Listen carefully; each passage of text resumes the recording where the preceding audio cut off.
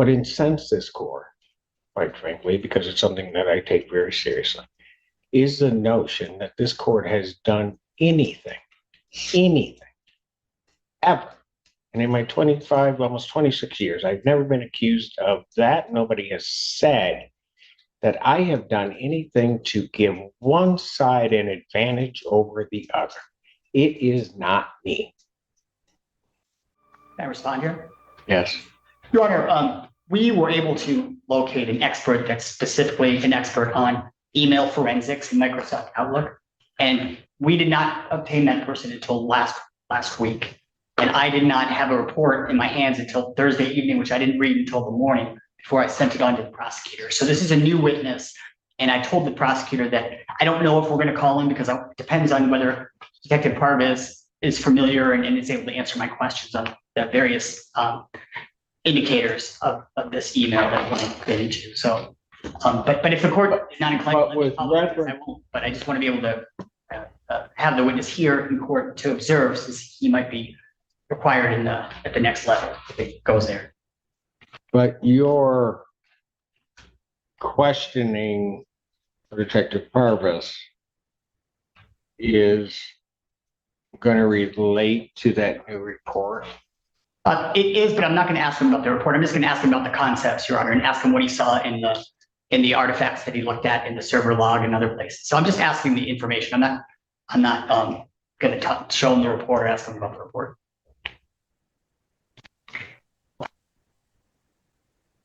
Well, I guess I'm at a bit of a loss as to how you're going to do that without referencing the report. It's just concepts and things that Detective Parvis. Right. Okay. I hear you, but are these new concepts?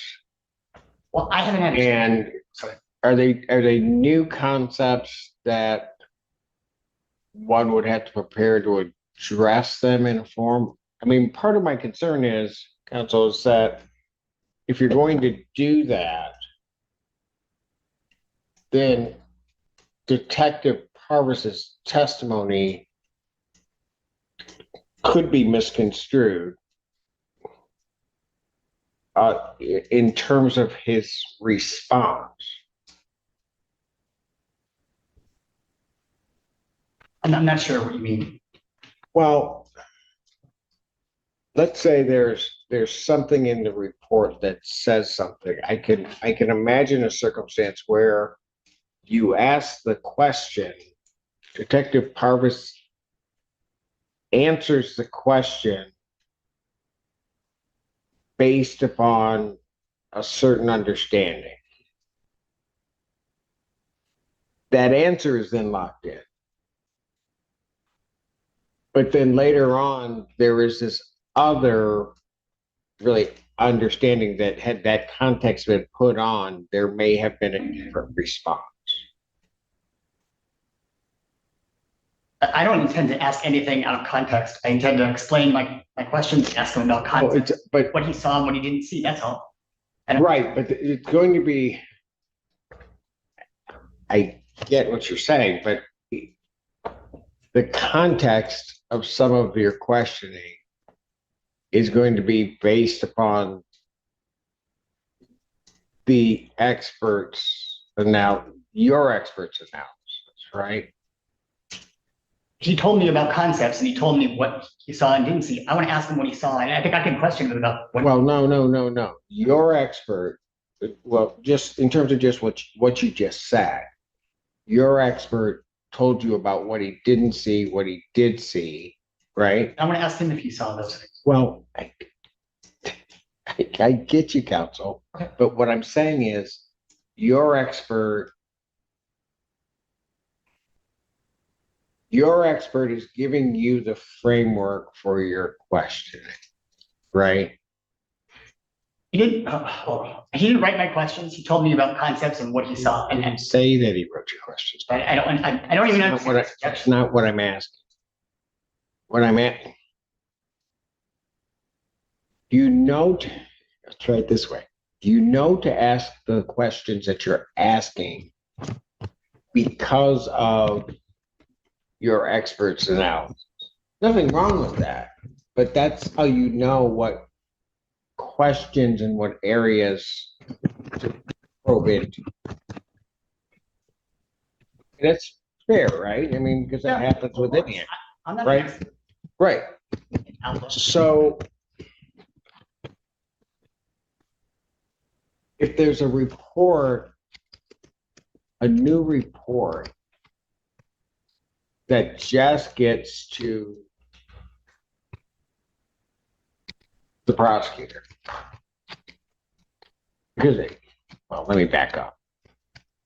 There was obviously a previous report, right? Yes, Your Honor. That then generated another report from Detective Parks, right? That's correct, Your Honor. Yeah, because that was the last part of the question. Yes, yes.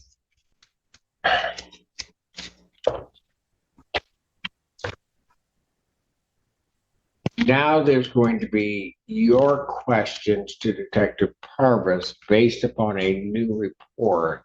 And let me just ask this. I haven't seen the report or anything. Does that new report come to the same conclusions as your previous report? Yes, but for different reasons. Exactly. That's exactly what I was going to say.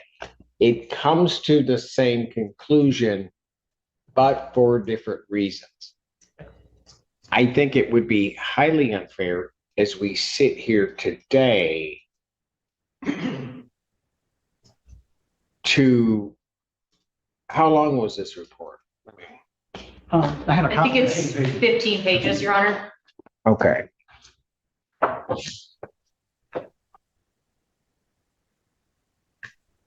So the digital forensic report itself is 13 pages. Included with it was also the person's CV, as well as just a copy of an email correspondence. And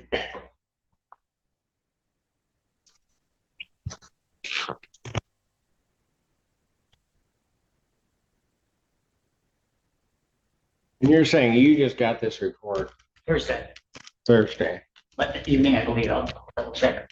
But again, we don't have to call the expert. Right. But that's not the only issue, counsel. Part of the issue is you calling the expert.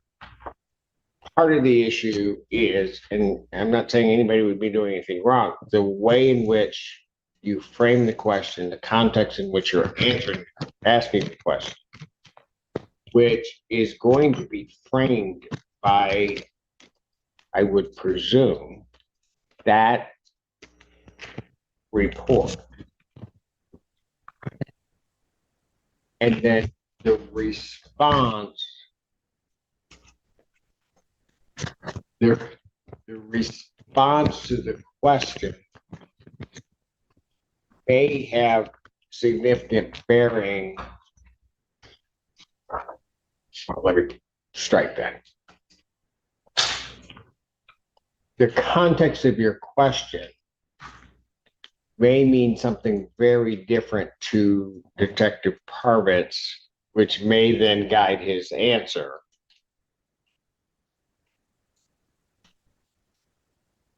And so what I don't want is I don't want responses that are going to then be misconstrued in some way, especially when we're talking about expert testimony. Can I respond?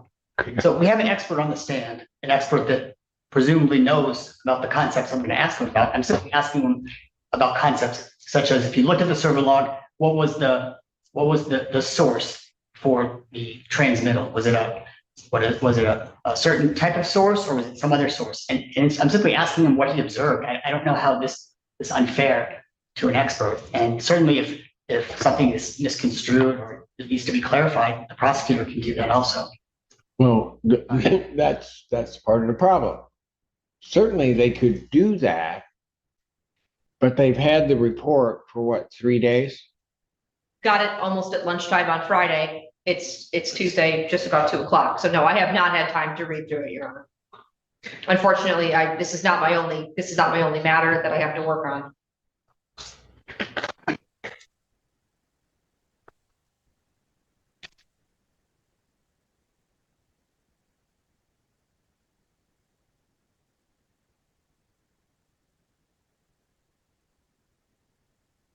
understand also, counsel, that you say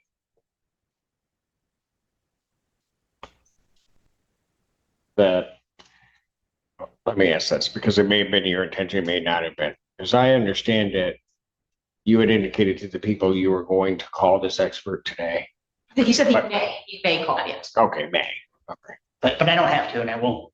I just don't know how I could have my cross-examination curtailed by the fact that I got some information. By what? By the fact that I got information from someone who knows the topic. So for instance, if this were like a skid mark case, the issue is how long was the skid mark? And if an expert told me, hey, ask them this question, and I came in and asked the question, that's not unfair, and that's not, the defendant has a right to cross-examine, as you know. And so I think that right. It would be, counsel, that's a very simplistic analogy to this. Because I don't think this isn't just a skid mark. If it were just a skid mark, then okay, you could do that. You're actually talking about rather complex things that then have to be arranged in a certain way to come to some type of conclusion. And that's part of the problem. Ms. Lonnie. I just want to say that the people are not attempting to curtail the cross-examination of Detective Parvis in general. It's just with the late disclosure of new information that myself nor the detective have had time to review. It does not seem that the way forward today is to allow that. Now, if that is the hope, is to cross-examine with some of this new information, I'm sure we can find another date that allows everybody to be ready for it. But trial by surprise, the people do not believe is fair to either side. And having a hearing that conducts itself with sort of last second information that doesn't leave either side adequate, leaves one side inadequately prepared to move forward, does not seem to serve the interests of justice. Your Honor, I didn't even have to give her a copy of this report. I could have just come in and asked my question. So I don't understand why me being upfront and trying to say, because I'm trying to convince the prosecutor to drop this case, because I don't think it's my client. Counsel, I understand. I'm not, I'm trying to share. but I'm not getting into anybody's strategy about why they're doing what they're doing. What I am getting into right now, though, is whether you should have, you did, right?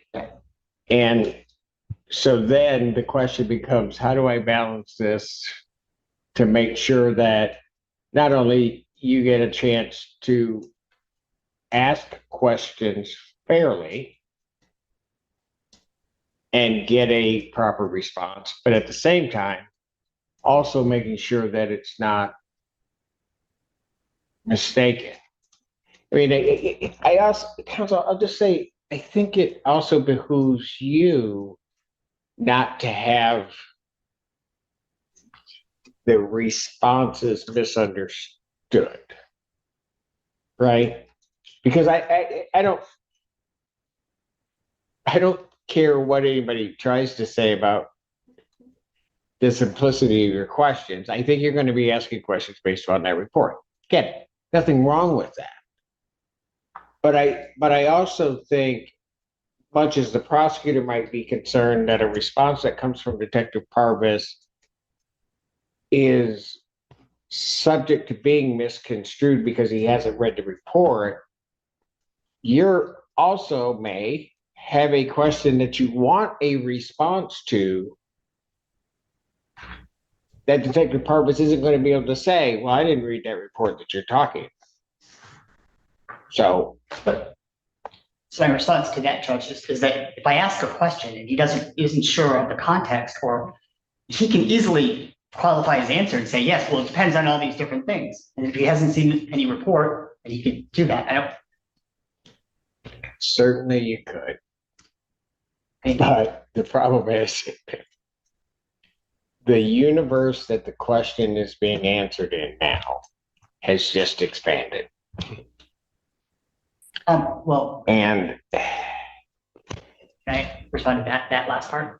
sure. I don't think it's expanded, Judge, because it's all going to be based on a server log that they had since 2023. They had the information. They should have looked at it. They should have understood it, and they didn't. They misconstrued it. And I want to ask questions about that without giving necessarily Detective Parvis a chance to try to figure out some way around it. Honestly, and in fact, I didn't even hold back. I gave the report to them on Friday as soon as I was able to read it and give it to them. I did not hold back on the report. And by the way, I have Mr. Greenberg. He's in court today, the fellow who wrote the report. If you have any, if you want to ask him about the timing, but I assure you that I did not hold back on this report. I'm not saying that you are. That's not my issue. We just really don't want to put this over. This is what Ms. Carey did there. What? We don't want to put this over, that's all I'm saying. All right, I get that. But I also set aside a half a day because you told me that you wanted to do whatever. I get this when I walk in. And regardless of whether one wants to or not, I'm going to do Of course. make sure that it's a fair proceeding. That's what I'm going to do. So, Ms. Lundy, have you had an opportunity, and probably not, I just want to make sure to analyze even the CV? Barely, Your Honor. I've glanced through it. I've looked at some of the work history and a little bit of the education. Detective Parvis and I had one phone call Friday in the lunch hour I let him know that it was coming. There was a new thing. He informed me he was in a week-long training last week and did not have a chance to look at it. And then I think we spoke again today before court. But other than that, I've just literally skimmed. I haven't had a good opportunity to analyze any of it. And just looking at it, if one had the time, how much time, if I decided to go that way, would one need to be able to adequately have it, understand it, and respond? May I have a moment? I am completely unavailable next week as I'm currently scheduled to do a week-long murder trial in front of Judge Conlon with Emmons. So I'm not available next week. I could actually look at the week of 14th to the 21st, but the challenge too is Detective Parvis currently, as he shared with me, and I asked if it was okay if I shared permission.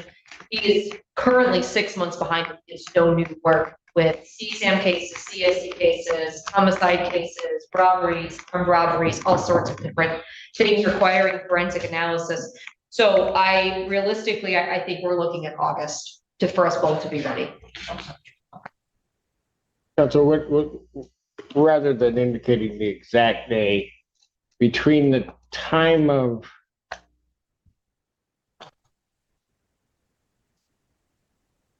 where you told me when you received it, when did you request this expert analyze anything? I didn't. It was a fellow who came forward who lives in the township, right? Lives in Scioto Township. The expert is from Scioto Township. He came forward and provided the reports to my client and provided them to me. So that's how it happened. And I didn't. Gotcha. So it's not. Okay, it's not like you went out and hired an expert. He's not a hired expert right at this point. He's a concerned citizen that knew that he is an expert, but he wanted to provide his. Well, so that I'm clear, the citizen of Scioto Yes. reached out to your client. I don't know how that worked, but I can ask him. He's here if you want to. Well, I'm just trying to figure out how it came about and when it came about. Can I have a moment here? Sure. Counsel, when you're talking, you may want to hit so that it has to flash. It has to be green, so you have to hold it. There you go.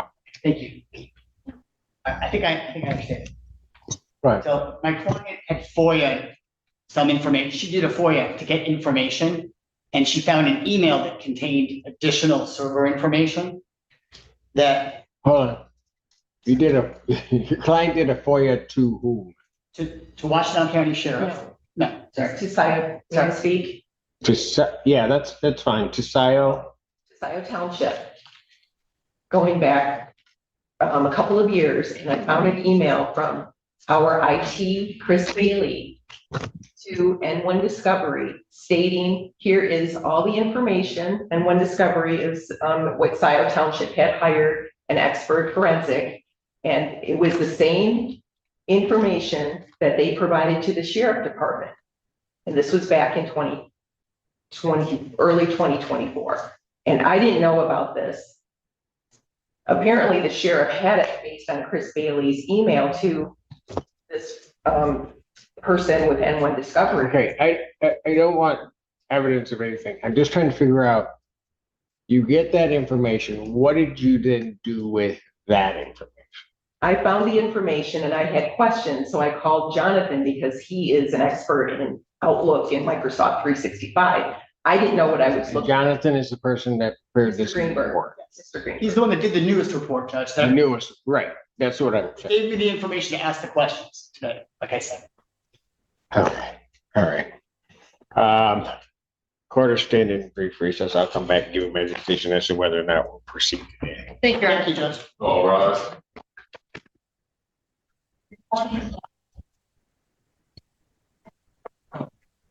Okay, the issue has come up regarding this new report. As I would if the people came up with additional evidence and the defense were in a position to potentially not be prepared to address it, I would adjourn it out. And I think only in fairness can I do that here. To adjourn these proceedings, allow them to analyze the information that's been presented to them. And then formulate what may be redirect, quite frankly, of Detective Parvis if necessary. So I analyzed it in my head in a lot of different ways. I'll say this, it's not necessarily any of my business. I'm also concerned because typically with experts and other types of witnesses, those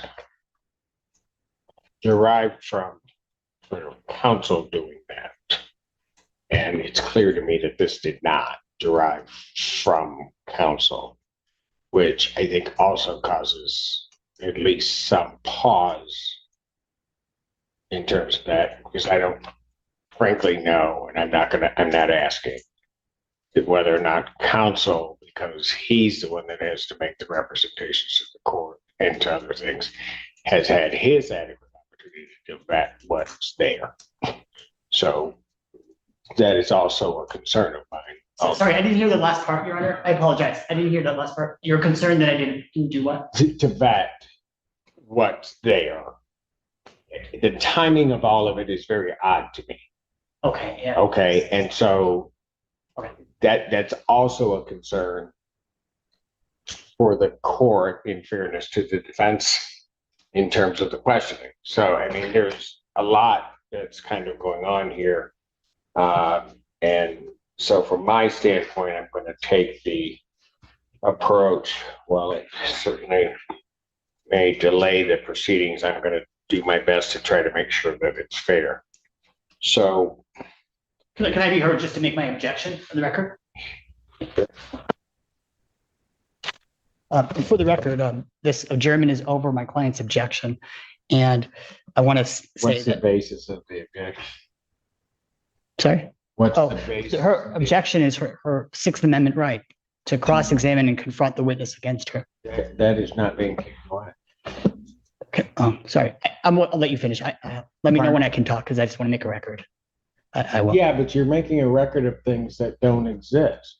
Okay, but Are you indicating that the court is taking away her Sixth Amendment right to cross-examine this witness? I'm indicating that by essentially sua sponte moving this proceeding, the court is intervening and moving this hearing in a case where I was not going to even introduce the expert's testimony or his report. So the court is moving this to give essentially an advantage to the other side. So that's, I'm making my Court's in record. recess.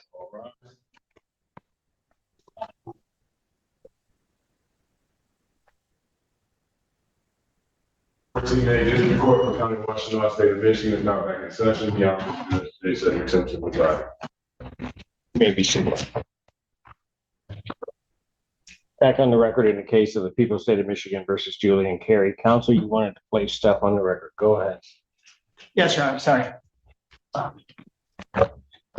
I just wanted to say for the record that this particular case, we think that the adjournment infringes upon my client's rights under the 6th and 14th Amendment. The 6th Amendment being her right to confront and cross-examine accusers against her without any intervention by the court.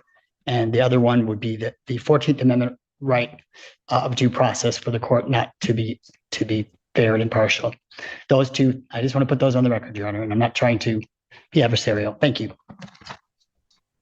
For me, I don't need a response from people in terms of that. I noticed that you're noticing that for the record. So first of all, before I left the bench, you incorrectly asserted that the court is adjourning these proceedings sua sponte. This adjournment is after due consideration by the court based upon the prosecutor's request to do that. That is not sua sponte, and I'm sure that you would understand that being a lawyer, that it was not the court's, it's the court's decision, but it was not the court's motion to do it. So that's the first error that you made. There is no violation of defendant's Sixth Amendment rights in this case because the court is not interfering in the right to cross-examine. The court is going to permit effective cross-examination to the extent you can be effective of the witness at a later date. There is no interference. This delay in these proceedings has no effect on that whatsoever. I don't even know how you bottle that up to try to say in some way this court is interfering with her Sixth Amendment right to confrontation and cross-examination of the witnesses. Further, in regard to, and I assume as an attorney, you know what due process means, and that means that the court has to be fair to all parties, not just to you, not just to give some benefit to defense. The court considered everything that was raised my own questions about the new report, whether or not that would be prejudicial to the people, whether or not it'd be prejudicial to the defense, weighed that, went back, took time, looked at it, would prefer to go today. Set aside the time at your request, counsel, from the last hearing, that I have a blanket time so that it wasn't with other cases to hear it. I've set aside the time to do it. That's part of due process. Part of due process also is making sure that each side has a fair and adequate opportunity to do what they need to do in this case. It has. Now, those are the legal issues. What incensed this court, quite frankly, because it's something that I take very seriously, is the notion that this court has done anything, ever. And in my 25, almost 26 years, I've never been accused of that. Nobody has said that I have done anything to give one side an advantage over the other. It is not me. And I think, counsel, as you've proceeded through this case, you have seen that. I have never done anything that has said that people are going to have this advantage or to the people that you're going to have this advantage. I call it straight down the line. You get to present your case. I make my ruling. That's how I work. That's how I've always worked. So I will tell you that this court takes great offense when there is any indication that that's what this court is doing, that this court has any untoward motivation in doing what it's doing. That's my record.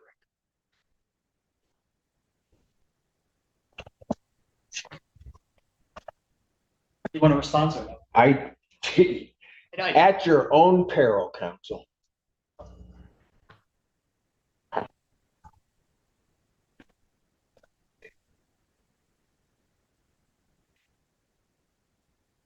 And to say, I appreciate the court finding that today, no other cases. I think that's really appreciated that. That's why I wanted to get this on today. And I think that if there were a legal reason for the court to put it over, then I would understand it. I just don't know what the legal reason is since the legal reason is exactly what you brought up, due process and fairness to the parties. Prosecutor raised an issue. I've gone through that, counsel. okay, I'm Is done. there anything else you want to say besides trying to waste my time? I'm not trying to waste your time. I have nothing else to say. Thank you, Your Honor.